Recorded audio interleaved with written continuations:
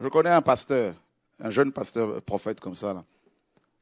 Il couchait avec tout le temps des femmes, tout le temps des femmes. Il avait une grâce terrible. Satan l'a eu par les femmes, la sirène. Et un jour, il est venu me voir au bureau. Dieu m'a dit, Lucie, ne se répand pas, il va mourir. Il n'a pas écouté. Un jour, il prêchait comme ça. Il s'est écroulé, tac, sur l'estrade. Il vomissait du sang, il est mort. Il est parti en enfer. Pourtant, c'était un homme de Dieu.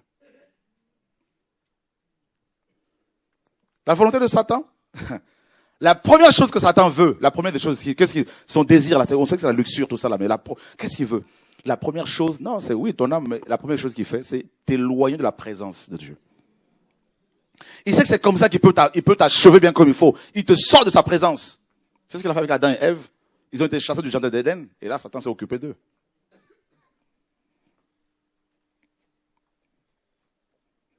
Pour pouvoir attraper un poisson, qu'est-ce que vous faites? Il faut le sortir de l'eau. On est d'accord, non? Ben oui.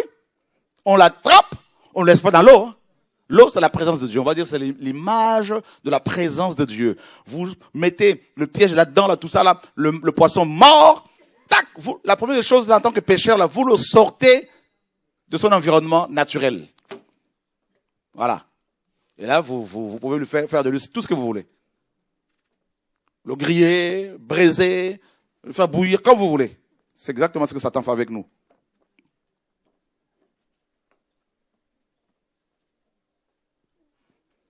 La présence de Dieu, c'est la vie de prière chez toi. La présence de Dieu, c'est la méditation de la parole de Dieu tous les jours chez toi. Je vais poser une question, soyez sincères, c'est pas pour vous condamner, soyez sincères. Qui peut rester une semaine sans méditer la parole de Dieu? Levez les mains. Merci, merci, merci, merci, merci.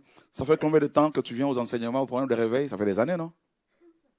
Des années. Voilà, il y a un souci.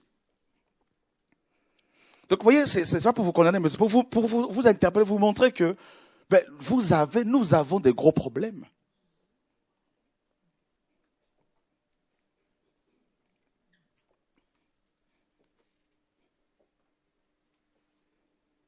Donc, Satan vous sort de là. Qu'est-ce que vous voulez qu'il ne règne pas sur vous, sur vos enfants? Qu'est-ce que vous voulez?